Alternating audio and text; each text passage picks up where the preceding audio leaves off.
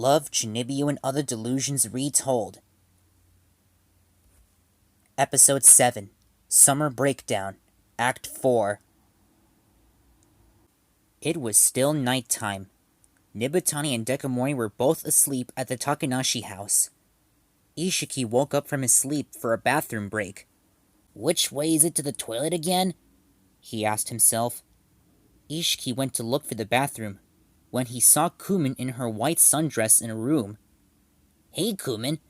Oh, you couldn't sleep either, Isshiki? She asked. What are you doing here? He asked. Oh, it's such a clear night and the moon and stars are shining so brightly. I thought I'd go for a walk in the moonlight. Wanna come with me, Isshiki? He was silent for a moment. And then Isshiki said, Just a minute! He pulled out his phone and called Yuuta. Thankfully, he was awake to answer. Huh? A walk? Asked Yuuta. Yeah, what should I do? Asked Isshiki. Someone write me a script, please, uttered Yuuta. You got nothing, huh? Asked Isshiki. I see how it is. You have a girlfriend now, right? I'm sorry, but since when did I get a girlfriend? You owe me, man. Remember how I spoke to you on the first day of school?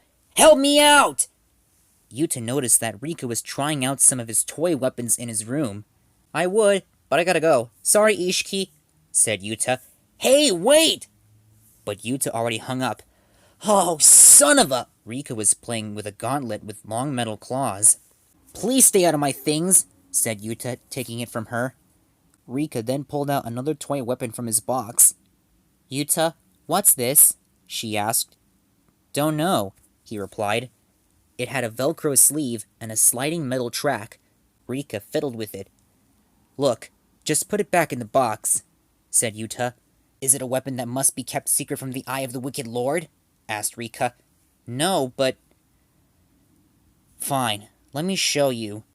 Yuuta took the toy weapon from Rikka, and he wrapped it around his forearm. He attached a toy gun to its track and cord.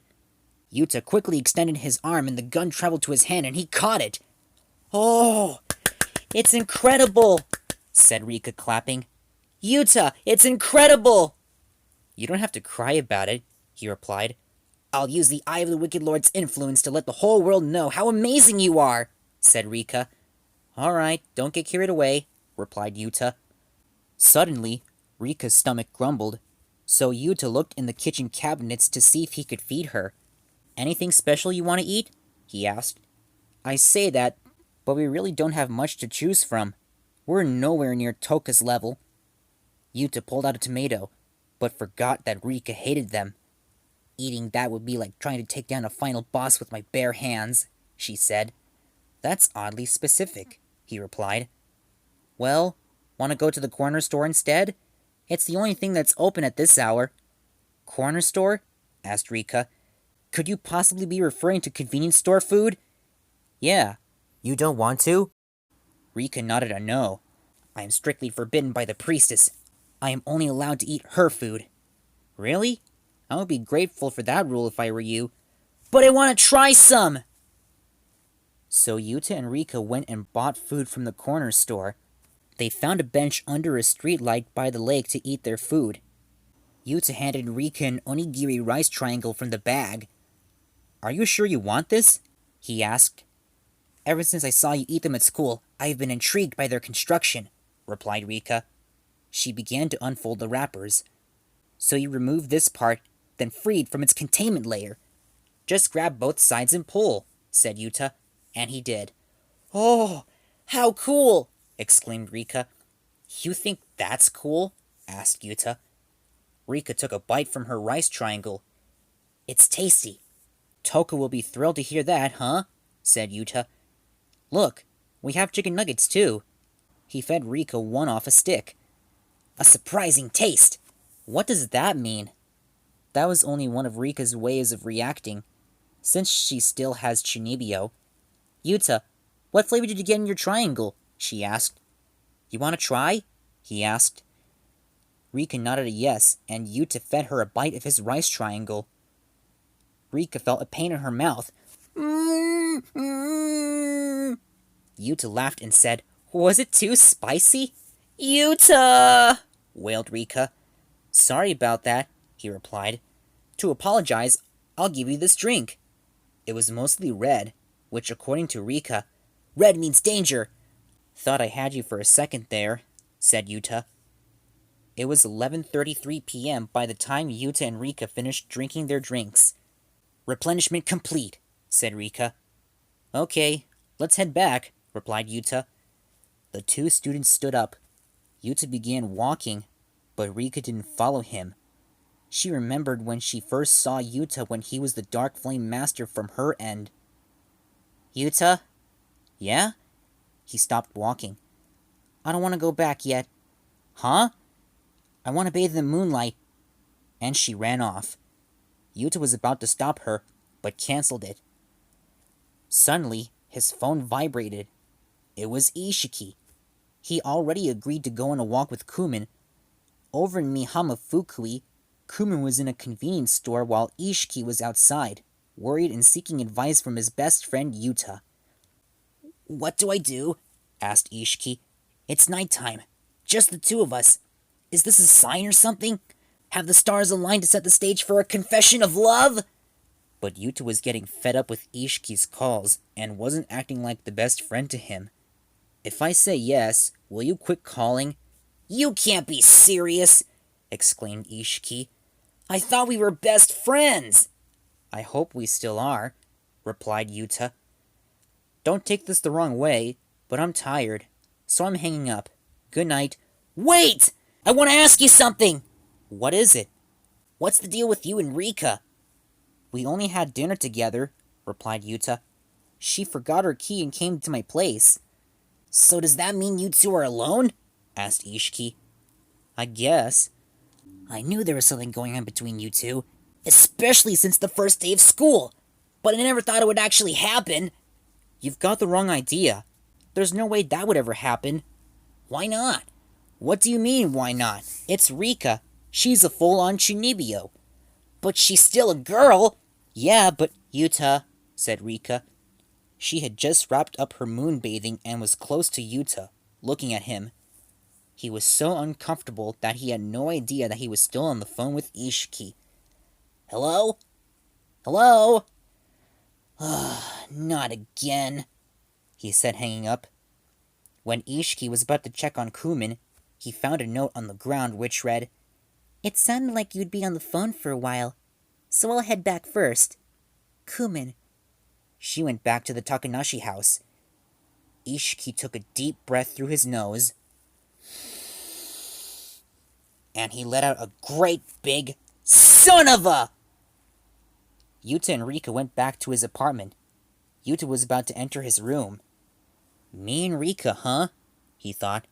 "There's no way someone that acts like a kid all the time could even fall in love." Suddenly, the door to Yuta's room opened, and out came Rikka wearing an orange cloak and red pants. "Yuuta, is this an invisibility cloak?" she asked, moving her arms. "Definitely not," thought Yuuta. "Please stop, or you'll stretch it out. It'll be fine if you roll up the sleeves." And he did. Rikka was amazed. She did combat poses. "Your imagination never stops, does it?" said an unamused Yuuta. "Come on, you could sleep in this room. Brush your teeth and then we should..." Rikka smelt the sleeves of the cloak she was wearing. "It smells like Yuuta," she said. "Hey! Stop that!" exclaimed an uncomfortable Yuuta. "What's wrong? It really does smell like you," replied Rikka. Yuuta was very uncomfortable indeed. "Quit it! It's embarrassing!" he exclaimed. Soon Rikka was in bed in a spare room, and Yuuta was about to turn the lights off, when Rikka said, "Night is when the eye of the wicked lord comes alive." "Just go to sleep," said Yuuta, turning off the lights, and he closed the door. "Geez, why'd she have to say something like that?" he asked. Yuuta turned off the hallway light and went to his room. He was about to lay in his bed when he heard orchestral music coming from the dining area.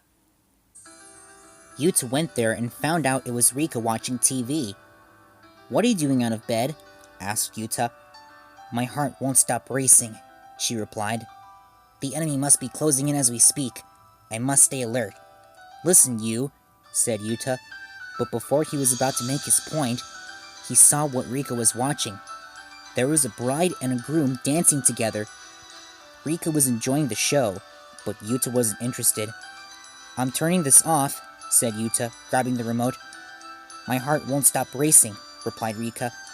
If you sleep, will your heart rate return to normal? My heart beats fast! That's the same thing. My heart is pounding! Are you trying to annoy me? I'll explode! What for? I don't know! Rikka was trying to perform a romantic scene with Yuuta, but it failed successfully. Look, just go to bed already, said Yuuta, turning off the TV. He began to make his way back to his room, when Rikka slid and kicked Yuuta, almost tripping him. He looked back at Rikka. Please don't go, said Rikka.